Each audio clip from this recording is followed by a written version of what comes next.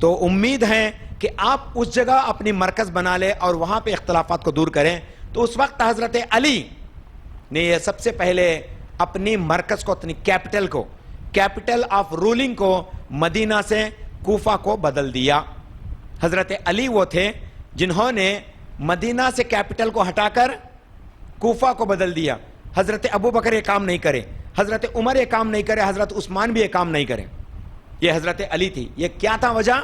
کیونکہ کوفہ کے اندر مسلمانوں میں بہت سارے اختلافات پھیل جا رہے ہیں، بہت سارے فتنے فساد ہو جا رہے ہیں.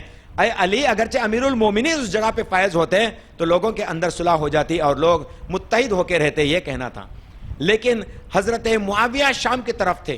جب یہ کوفہ کو جانے کے بعد جو ہے لیٹرز پہنچنے لگے، اختلافات اور بڑھ جا رہے تھے.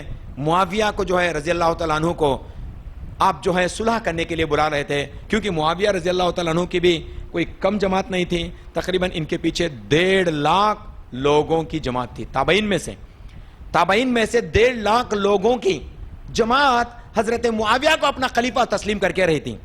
اور حضرت علی کہتے ہیں ایک جگہ دونوں خلافت نہیں کر سکتے، گویا کہ آپ ہمارے پاس باتوں کے لیے آئے، ہم صلح کرنا چاہتے ہیں، ہم ایک دوسرے سے صلح کرنا چاہتے ہیں. حالانکہ عمار بن یاسر حضرت علی کے ساتھ تھے، اور عبداللہ ابن عمر حضرت علی کے ساتھ تھے، اور عبداللہ ابن عباس رضی اللہ تعالیٰ عنہ حضرت علی کے ساتھ تھے. کئیوں نے حضرت علی کو یہ مشورہ دیا کہ آپ ایسا نہ کریں، ان کے آپ چڑھاؤ کریں. کئیوں نے آپ کو مشورہ دیا کہ آپ ان سے صلح نہ کریں، کیونکہ وہ لوگ ان کے پیچھے ہیں. حضرت معاویہ کے تعلق سے نہیں، بلکہ جو لوگ ان کے اندر فتنہ و برپا کر رہے ہیں وہ لوگ اپنے اسلام سے دو چار ہو جا رہے ہیں. تو آپ کو چاہیے کہ ان پہ چڑھاؤ کرے اور ان کو ایک جھنڈے کے تلے لا لے. لیکن حضرت علی نے جو ہے ابو موسیٰ اشعری رضی اللہ تعالیٰ عنہ کو اپنے طرف سے چنا نمائندگی کے لیے، اور حضرت عمرو بن عاص رضی اللہ تعالیٰ عنہ کو معاویہ کی طرف سے جو ہے یہ نمائندگی کرنے کے لیے بھیجا گیا. دونوں کے درمیان میں بات چیت ہوئی اور چند معاملات میں حضرت علی پیچھے آ گئے، اور مورخین کہتے ہیں یہ حضرت علی رضی اللہ تعالیٰ عنہ کا ایک سب سے کمزور فیصلہ تھا. سبحان اللہ. دیکھیں حضرت علی کیا چاہتے تھے؟ جنگ نہیں چاہتے تھے، مسلمان کا خون بہانا نہیں چاہتے تھے. حالانکہ حضرت علی اسٹرانگ تھے اور ان کے پاس کئی ہزار کئی لاکھوں کی تعداد میں جو ہے جماعت ان کے ساتھ تھی، جنگ کرنے کے لیے جماعت ان کے ساتھ تھی. پھر بھی حضرت علی نے جنگ کو پسند نہیں کیا. حضرت ابو موسیٰ اشعری کو کہتے ہیں جا ان سے صلح کر لیں. اور مورخین لکھتے ہیں this is one of the small mistake of حضرت علی, because حضرت علی was so stronger than معاویہ رضی اللہ تعالیٰ عنہ, yet he does not expand for war. اور فائنلی کیا ہوا؟ دونوں کے بیچ میں صلح ہو گیا اور آخر کار حضرت معاویہ کو ان کے گدی پہ وہیں پہ رکھا گیا, اور ان کے نیچے جو لوگ تھے وہ وہی اختلافات میں پڑے ہوئے تھے. اور حضرت علی کو دوسرے جنگوں کے تعلق سے لوگ ابھار رہے تھے. حضرت علی کا اور ایک بھی مرحلہ تھا کہ وہ فتوحات کریں, غیر مسلمان ملک کے اوپر چلے جائیں, اسلام کو نافذ کریں اور ان کو اسلام کی دعوت دیں. یہ ان کا اہم مشن تھا. یہ اس مشن سے جو ہے سکسس نہیں ہو رہے تھے, تو انہوں نے اپنا پورا توجہ جو ہے اس مشن کے اوپر دیا. اتنے میں حضرت معاویہ کی طرف سے بات آئی کہ وہ ان کے اوپر چڑھاؤ کرنا چاہتے تھے, یہ ان کے اوپر چڑھاؤ کرنا چاہتے تھے, ان کے ساتھ جنگ کرنا چاہتے تھے. حضرت علی ناٹ بٹ کنڈیشن میں اپنے طرف سے جو ہے 1.5 لاکھ کے تقریباً سپہ سالاروں کو لے کر, سولجرز کو لے کر حضرت معاویہ کی طرف چلے گئے. اور وہ سیریا کے علاقہ تھا, یوفریٹس ریور کے نزدیک تھا, کربلا کے, دیکھیں کربلا بھی یوفریٹس ریور کے قریب ہے, اور یہ بھی تقریباً اسی کے قریب کا ایک جگہ تھا, صفین بول کے, جو سیریا میں ہے, آج کے پریزنٹ سیریا میں ہے صفین. اس جگہ پہ دونوں جماعت آمنا سامنا ہوتی ہیں, اور صلح کے اندر, صلح سے پہلے ایک بڑا جنگ ہوتا ہے جس کے اندر حضرت معاویہ شکست کھا جاتے ہیں. اور اس جنگ کے اندر چند ایسے صحابہ کرام تھے جنہوں نے رسول اللہ صلی اللہ علیہ وسلم سے ان بشارت کو سنا. چندوں نے اپنی تلواریں اپنے کمان سے نہیں نکالے, جنگ کا حصہ تھے لیکن لڑنا نہیں چاہتے تھے, دونوں پیچھے پیچھے چلے گئے. آخر کار معاویہ رضی اللہ تعالیٰ عنہ کی طرف سے جو لوگ اس بشارت کو سنے تھے, اور حضرت علی کی جماعت میں جو لوگ جنگ کرے بغیر صرف جنگ کا حصہ بنے بیٹھے تھے, اور یہ جنگ 2 دن چلی. جنگ جمل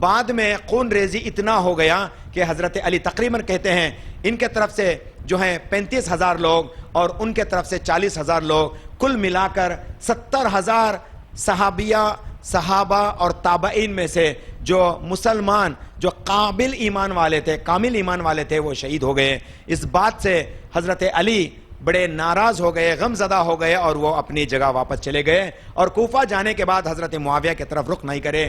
ہمیشہ ان کا نیکسٹ مشن تھا کہ اسلام کی دعوت دوسروں تک پہنچا دے، اور یہ مشن میں بزی ہو گئے۔ آخرکار دونوں کی جماعت جب لڑ رہی تھی، تیسری جماعت کا یہاں پہ خروج ہوا، جس کو رسول اللہ صلی اللہ علیہ وسلم خوارج کا نام دیتے ہیں۔ جب یہ دونوں جماعتیں لڑ رہی تھیں، جو لوگ ان میں سے الگ ہو کے کہنے لگے نہ ہم حضرت علی کو مانیں گے نہ حضرت معاویہ کو مانیں گے، ان کے معاملے میں ہم جائیں گے نہیں، ہمارا فیصلہ اللہ کے ہاتھ ہے اور اللہ ہمارے لیے کافی ہے، ہم نہ حدیثوں پہ جانیں گے نہ صحابہ کو مانیں گے نہ صحابہ کی کچھ بات کو لیں گے، ہمارا معاملہ اللہ سے ہے، ہم اللہ کی وحدانیت کریں گے، ہم قرآن کو فالو کریں گے اور دیگر کسی چیز کو خارج نہیں کریں گے، مانیں گے نہیں۔ اور ان کو یہ کہتا آتا ہے کہ یہ لوگ خوارجین ہیں، اور اللہ کے نبی صلی اللہ علیہ وسلم فرماتے ہیں، جامع ترمذی جلد نمبر 5 کی حدیث نمبر 3000، ان خوارجین کے تعلق سے رسول اللہ صلی اللہ علیہ وسلم فرماتے ہیں یہ جہنم کے کتے ہوں گے، بولے نعوذ باللہ۔ دیکھیں ان بات کو کہا جاتا ہے کہ یہ جہنم کے کتے ہوں گے، بولے صحابہ آ کے فرمانے لگے اے یہ تو مسلمان ہیں، ان کو اتنی بڑی بات بول رہے ہیں، بلکہ ایک صحابی دوسرے صحابی سے فرمانے لگے تو کہہ رہے ہیں میں نے میرے طرف سے اس بات کو نہیں کہی، بلکہ میں نے میرے نبی صلی اللہ علیہ وسلم کو یہ کہتے ہوئے سنا۔ اور صحیح مسلم اولڈ نمبر کے حساب سے جلد نمبر 2 حدیث نمبر 1046 صحیح مسلم کی اولڈ حدیث کے نمبر کے حساب سے کہا جاتا ہے میں نے اس بات کو میرے طرف سے نہیں بلکہ میرے نبی صلی اللہ علیہ وسلم نے کہا یہ خوارجین یہ جہنم کے کتے ہوں گے، بولے۔ اور خوارج کون ہے؟ خارج ہونا بولتے ایگزٹ ہونا، خوارج ہونا نکل جانا۔ رسول اللہ صلی اللہ علیہ وسلم کے تعلق سے کئی سارے بشارتیں سنائیں، جب آپ پڑھیں گے مسند احمد کی جلد نمبر 11 کی حدیث نمبر 12340 سے 360 تک پورے انہی کے قصے پڑھے ہیں، پورے کے پورے انہی کے قصے پڑھے ہیں۔ بالخصوص رسول اللہ صلی اللہ علیہ وسلم فرماتے ہیں مسند احمد کی 12411 میں رسول اللہ صلی اللہ علیہ وسلم فرماتے ہیں ایک وقت ایسا آئیں گا اے علی تیرے سامنے سے کچھ لوگ ایسے نکلیں گے جو تمہارے ساتھ رہنے والوں سے بھی زیادہ قرآن کے حافظ ہوں گے۔ اللہ اکبر۔ وہ زیادہ قرآن کے پابندگار ہوں گے، زیادہ نمازوں کی پابندی کریں گے، زیادہ روزوں کی پابندی کریں گے، تم سے ان کاموں میں افضل ہوں گے، لیکن ان کا قرآن کا پڑھنا ان کے گلے سے نیچے نہیں اترے گا، دوسری حدیث میں ان کے سینے سے نیچے نہیں اترے گا۔ آخرکار ان کی مثال اس تیر جیسی ہیں جو کمان سے نکل گئی اور نشانہ کو پہنچتے پہنچتے کوچ کر کے نکل گئی۔ ایسے نشانے رسول اللہ صلی اللہ علیہ وسلم نے خوارج کے تعلق سے فرماتے ہیں، اور this is خوارجین the exoded people from اسلام، یہ خوارج تھے، اور ان کے تعلق سے کہا جاتا ہے آخرکار اے علی تو ان سے جنگ کرے گا، بولے نبی صلی اللہ علیہ وسلم فرماتے اے علی تو ان سے جنگ کریں گا، اور کتنا وقت ہوگا؟ دوسری حدیث میں ملتا ہے تقریباً 8000 لوگ، اور ایک حدیث میں 7000 کا ذکر آتا ہے۔ رسول اللہ صلی اللہ علیہ وسلم کی اس حدیث کو حضرت علی پورا کرتے کہتے ہیں اے خوارجین تمہیں مجھ سے کوئی محبت نہیں، نہ ہی تمہیں رسول اللہ صلی اللہ علیہ وسلم سے محبت ہے، کیونکہ میرے نبی صلی اللہ علیہ وسلم نے کہا اے علی تیری اور میری مثال ہارون اور موسیٰ جیسی ہیں، تیری اور میری مثال ہارون اور موسیٰ جیسی ہیں۔ ایک وقت ایسا تھا حضرت موسیٰ پر قرآن نازل ہوئی تھی، مطلب اس وقت جو تورات نازل ہوئی تھی اس وقت حضرت موسیٰ نے حضرت ہارون کو نائب بنا کے گئے، ہے نہیں؟ قرآن کے اندر آتا، سورہ بقرہ کے اندر یہ بات ملتی ہے آپ کو، نائب بنا کے گئے، اور حضرت ہارون صرف 40 دن تک حضرت موسیٰ کی قوم کے لیڈر بن کے رہے۔ پھر حضرت موسیٰ آتے ہیں اور حضرت موسیٰ اپنی قوم کو، یہ پورا واقعہ آپ کو قرآن میں مل جائیں گا، آپ پڑھنا شروع کریں گے سورہ بقرہ کی 50ویں آیت سے آپ شروع کریں گے تو انشاءاللہ تعالیٰ آپ کو یہ تفصیلات مل جائیں گے۔ تو یہاں پہ کمپیئر کرتے ہیں شیعہ کا جو عقیدہ ہے نا، محمد صلی اللہ علیہ وسلم دنیا سے چلے جانے کے بعد خلیفہ، نائب، لیڈر، یہ سب کون بننا تھا؟ حضرت علی۔ کیوں؟ کیونکہ حدیث نے کیا کہا؟ حضرت علی حضرت محمد رسول اللہ صلی اللہ علیہ وسلم کی مثال موسیٰ اور ہارون جیسی ہیں، اور کہتے ہیں جب موسیٰ نہیں تھے خلیفہ کون تھے؟ امیر کون تھا؟ ہارون تھا علیہ السلام. جب محمد رسول اللہ صلی اللہ علیہ وسلم نہیں تھے حضرت علی امیر بننا تھا، لیکن ابو بکر نے، عمر نے، عثمان نے جبرن ان سے اس چیز کو کھینچ لیا. بولتے نا ان کی مثال علماء دین فرماتے ہیں، لکھتے ہیں، بالخصوص امام ذہبی رحمۃ اللہ علیہ لکھتے ہیں کہ حضرت ہارون کی وفات حضرت موسیٰ علیہ السلام کے دور میں ہوئی، اور حضرت ہارون صرف موسیٰ کے زندگی میں موسیٰ علیہ السلام نے ان کو نائب بنایا تھا. ایک مرتبہ ایسا ہی ہوا کہ رسول اللہ صلی اللہ علیہ وسلم مدینہ سے باہر جو ہے جنگ کے معاملے میں گئے تھے، اس وقت حضرت علی کو نائب بنا کے گئے. یہ حدیث اس جگہ سے پوری ہو گئی، اس کی پیشن گوئی اس جگہ پہ پوری ہو گئی. حضرت علی فرماتے ہیں خوارجین کے سامنے مجھے بشارت تھی، رسول اللہ صلی اللہ علیہ وسلم نے مجھ سے کہا اے علی تو عیسیٰ ابن مریم جیسا ہے. دوسرا حدیث دیکھیں پیشن گوئی، اے علی تو عیسیٰ ابن مریم جیسا ہے. یہودیوں نے عیسیٰ ابن مریم کی ماں پر تہمت لگایا، اور نصارہ نے کیا کیا؟ تجھے اس سے میں مطلب عیسیٰ ابن مریم کو جو عہدے پہ رکھنا تھا اس سے زیادہ عہدے پر ان کو فائز کیا. کیا کر دے بیٹھے انہوں؟ نبی نہیں بلکہ وہ اللہ کا بیٹا ہے اور خدا ہے بول کے بیٹھے. ٹھیک اسی طرح سے یہودیوں نے ان کے ماں پہ تہمت لگایا، نصرانیوں نے تجھ سے حضرت عیسیٰ ابن مریم سے زیادہ محبت کرے. اے علی تو بھی ویسا ہے. ایک جماعت تجھ سے جو ہے طنز کرے گی، دشمنی سارے گی، اور ایک جماعت تجھ سے بہت قریب ہو جائیں گی، کہنے لگیں گے اے علی تم ہی ہمارے ہمسر ہو بول کے تمہارے قریب ہو جائیں گے. وہ کیا ہے؟ شیعہ آن علی کون ہے؟ یہ دوسرا حصہ. اے علی تجھ سے بے انتہا محبت یا غلو کر بیٹھے گی. دوسری جو تجھ سے نفرت کر بیٹھیں گے، نفرت کرنے والے خوارجین ہیں اور محبت کرنے والے شیعہ آن علی ہیں. اللہ کے نبی صلی اللہ علیہ وسلم کو اس بشارت کو شیعہ آن علی کے پاس جا کے رسول اللہ حضرت علی فرماتے، یاد رکھیے میں آپ کو اس بات کو اسی لیے سمجھانا چاہ رہا ہوں، شیعہ آن علی اور خوارجین یہ دو ایک ہی حصے کے پھر دونوں حصے بن گئے. ان میں سے حضرت علی کہتے ہیں اے لوگو مجھ سے بے تحاشا محبت مت کرو، میں صرف تم جیسا ہوں. میرے نبی صلی اللہ علیہ وسلم نے مجھے تمہیں چھوڑ کر کوئی اچھی الگ سے نصیحت کچھ بھی نہیں کی، بلکہ جو بھی بات کہی میرے اور آپ کے سامنے ہی کہی، دونوں کا معاملہ برابر ہے بولتے رہے. اور کہتے ہیں مجھ سے بے تحاشا اور اندھا محبت ہرگز مت کرنا، یہ شیعوں کو ہے.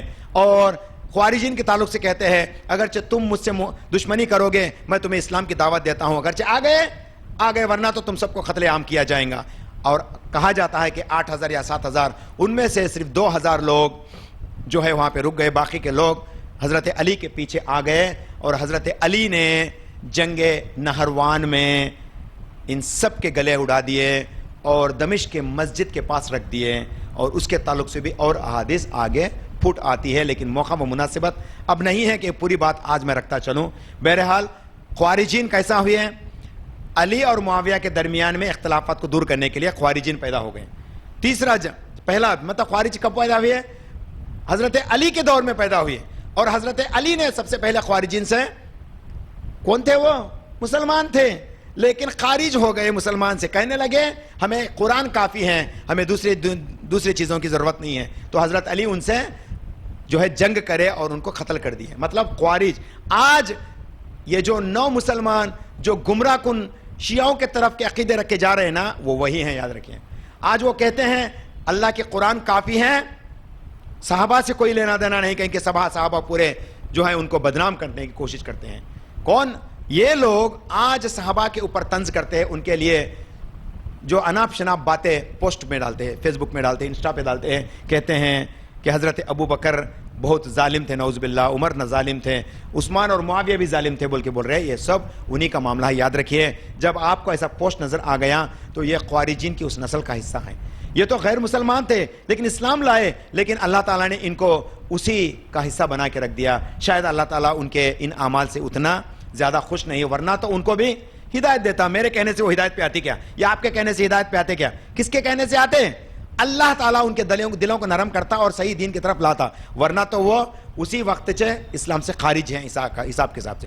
اور جب معاویہ رضی اللہ تعالیٰ عنہ اپنی خلافت وہاں بگدور سنبھال رہے تھے، حضرت علی جو ہے مصر سے کوفہ والے بھی حضرت علی کے اوپر وار کرتے ہیں اور ان کو شہید کر دیتے ہیں. حضرت حسن بن علی رضی اللہ تعالیٰ عنہ امیر بنتے ہیں, خلیفہ بنتے ہیں. حضرت حسن بن علی جا کے معاویہ سے صلح کرتے ہیں. یہ بھی حضرت حسن سے روایت ہے صحیح بخاری کی جلد نمبر 7 حدیث نمبر 7109.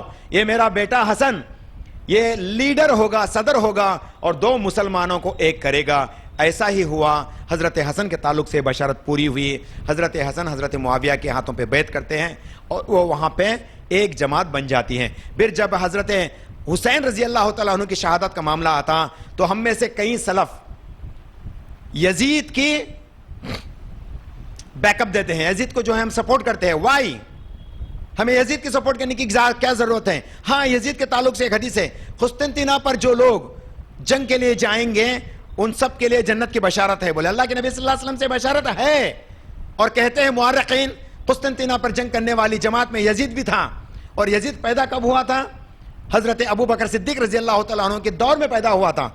اس کو رضی اللہ تعالیٰ عنہ نہیں کہہ سکتے کیونکہ he could not deserve for the title. اور مان لو جیسے ہم سلف میں سے کہتے ہیں یزید کو ہم تن نہیں کہیں گے, ہم ایسا نہیں کہیں گے, بلکہ یزید نے کئی سارے اچھے کام کرے. why are you backing up؟ میں کہتا ہوں اگرچہ یزید اتنا ہی اچھا تھا, حضرت حسین کا یہ واقعہ حضرت محمد رسول اللہ صلی اللہ علیہ وسلم کے اہل بیت میں سے کئیوں کو جو ہے شہید کیا گیا, کہ اس کے بعد انہوں نے ان کے قاتلین سے سزا کئی کو نہیں لیے. یہ اللہ تھا جس نے قاتلین حسین پر عذاب دیے, یہ یزید نہیں تھا, یاد رکھیے. جب یزید کے پاس حضرت حسین رضی اللہ تعالیٰ عنہ کی فیملی کو داخل کیا گیا, وہ تو اچھا تھا, ان کے ساتھ اچھا معاملہ کرا, لیکن ان کو سزا بھی نہیں دیا نا. جنہوں نے حضرت حسین کو قتل کیا ان کو سزا نہیں دیا. ان کے پورے ٹیم, ان کے پورے فیملیز وہاں پہ کھلے گمراہ ہو گئے پھر رہے تھے, پھر ان کو سزا نہیں دیا نا. وائی وی سلف آر سپورٹنگ یزید؟ وائی؟ ہمیں یزید سے کیا لینا دینا؟ ایزی یہ پارٹ آف صحابہ؟ نو. تو ہم لوگ اس کے طرف کئی کو آ رہے ہیں. اگرچہ وہ صحیح ہوتا اور الحمدللہ بھائی وہ جنت کی بشارت ہے, وہ رسول اللہ صلی اللہ علیہ وسلم کی حدیث ہے, لیٹ اٹ بی, ہمیں کچھ بھی اس کے تعلق سے نہیں بولیں گے, لیکن سپورٹ کئی کو کر رہے ہیں. اور یہ کرنے سے تم کیسے بدنام ہو جا رہے ہیں؟ کہتے ہیں سلف صالحین اہل حدیث یا اس سے کم بختہ ہیں جو یزید کو سپورٹ کرتے ہیں بول کے لوگوں کے اندر, دیوبندی کے اندر جو ہے ڈھنکا بج رہا ہے. اور دیوبندی ویسے بھی ہم سے ناراض ہیں, اور وہ آخر کیا کہیں گے؟ دیکھو یہ لوگ الگ ہو گئے, یہ بھی جو ہے شیعہ بھی ان کو پترا مارتے ہیں, گالیاں دیتے, کرو کرو کرو, کیونکہ یہ لوگ بالکل ہٹے ہوئے. ارے کئی کو بولتے ہیں رے بھائی, اگرچہ یزید جتنا ہی اچھا ہوتا تو ان کو سزا دینا تھا, لیکن سزا ابن کثیر رضی اللہ رحمۃ اللہ علیہ اپنی کتابوں میں لکھتے ہیں سزا کسی یزید کی طرف سے نہیں ہوئی بلکہ سزا اللہ کی طرف سے ہوئی تھی. جامع ترمذی کی حدیث ہے 3775 سے لے کر 3777 تک جب آپ پڑھیں گے, ایک سانپ آتا ہے اور ابن زیاد کے ناک کے نتوڑے میں چلے جاتا ہے اور سینہ چاک کر کے دوسرے نتوڑے سے واپس چلے جاتا ہے. انس بن مالک کہتے ہیں کہ یہ اس کا سزا تھا کیونکہ اس نے اس جگہ حسین رضی اللہ تعالیٰ عنہ کو لکڑی سے مارا جس جگہ میرے نبی محمد رسول اللہ صلی اللہ علیہ وسلم بوسہ لیا کرتے تھے. یہ اس کی سزا تھی, اللہ تعالیٰ نے اس کو سزا دیا. یہ حضرت انس بن مالک رضی اللہ تعالیٰ عنہ کی واقعات کو جو ہے جامع ترمذی کے حدیث میں لکھتے ہیں. تو یزید اس کو سزا نہیں دیا تھا, نہ ہی ایسے لوگوں کو اپنے عہدے سے برطرف کرا, بلکہ اس نے ایسا کچھ بھی نہیں کیا. ہاں ایک بات یہ ہے کہ اس نے دیگر صحابہ کے تعلق سے جو ہے اچھا گمان رکھا اور ان کے فیملیز کو جو ہے واپس بھیج دیا, وہ تو اچھی بات ہے, لیکن سزا بھی دینا چاہیے تھا نا. کیونکہ حضرت حسن نے طاقت ہونے کے باوجود بھی تمہارے والد معاویہ کے ہاتھ پر بیعت کیے. اگرچہ حضرت حسن یہ کام نہیں کرتے تو تیرے پاس وہ عہدہ آتا ہی نہیں تھا, تو تجھے سزا دینا تھا تو تو نے نہیں دیا. یہ تو اللہ کی دین تھی کہ اللہ تعالیٰ نے 4 سال میں یزید کو جو ہے اپنے اس خلافت سے جو ہے ہٹا دیا. 4 سال میں, it's a matter of 4 years, 4 سال میں جو ہے یزید کو اپنے عہدے سے ہٹا دیا گیا. یہ اللہ کی طرف سے فیصلہ ہوا, یزید کی طرف سے یہ کام نہیں ہوا. تو don't support at least to Yazid. Don't blame yourself in the sight of Ahl Tashi, in the sight of Barelvi, in the sight of Deobandi. Don't blame. They are readily blaming you people, you Salaf. They are ready to blame in all your small mistakes. And you are doing a major mistake by supporting Yazid. Neither any hadith nor any Sahaba are coming up to say, do support Yazid, do support Yazid.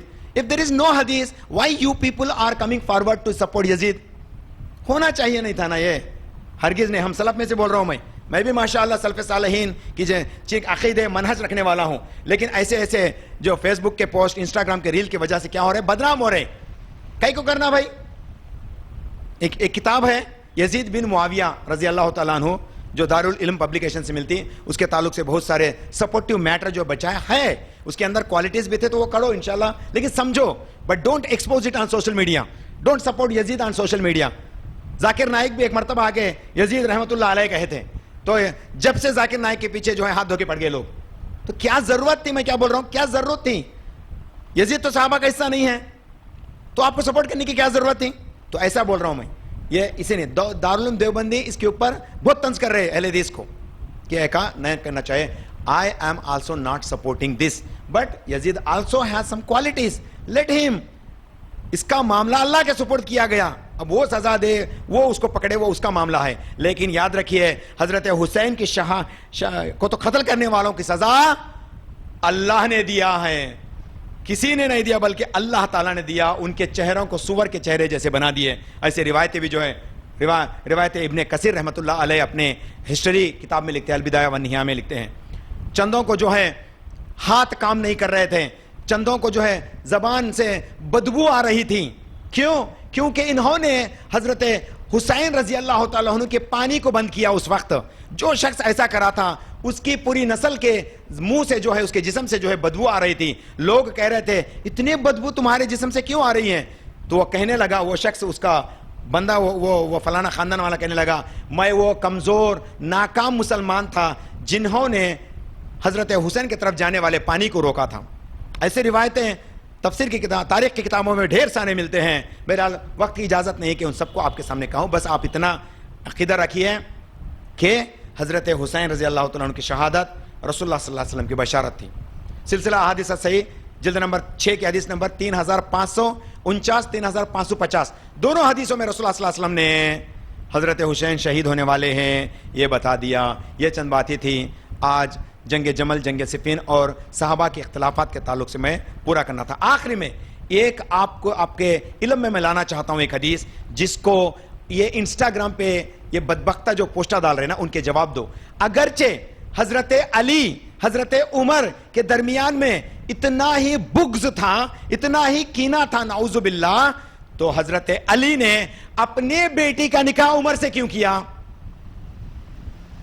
اپنی بیٹی کا نکاح عمر رضی اللہ تعالیٰ عنہ سے کیوں کیا؟ ان کمبختوں کو اس ہسٹری کے بارے میں بتاؤ۔ تمہارے کتاب لکھنے سے ہسٹری نہیں بنتی، بلکہ اللہ تعالیٰ کا فیصلہ ہو چکا ہے، ان کے درمیان میں کوئی اختلافات نہیں تھے، صحابہ اکرام سب مجموعہ ایک تھے، ان کے درمیان میں جب انسان ہے تو خطا ہونی ہی تھی، وہ معصوم تو نہیں تھے، انسان ہے تو خطا ہونی تھی اور وہ خطا کار تھے، بس اتنا ہمیں ان کے تعلق سے گمان رکھنا ہے۔ میں اللہ سے دعا کروں گا کہ اللہ تعالیٰ ہم سب کو تاریخ کے حوالے سے صحیح سندن باتیں سمجھنے سیکھنے کی توفیق عطا فرمائے، اور اللہ سبحانہ وتعالیٰ ہمیں جو لوگ اسلام کے اوپر نندا کرتے ہیں ان کے صحیح جوابات ایکیڈمیکلی دینے کی توفیق عطا فرمائے، اور ہمیں اللہ سبحانہ وتعالیٰ اتنا علم عطا فرمائے تاکہ ہم ان تمام کے اختلافات کو دور کریں اور اسلام کا جھنڈا بنیاد پہ اور لمبا اور اونچا کریں انشاءاللہ تعالیٰ۔ اللہ تعالیٰ ہمارے طرف سے ہماری اس عمل کو قبول فرمائے، اور اللہ تعالیٰ ہم سب کو سلف صالحین اہل سنہ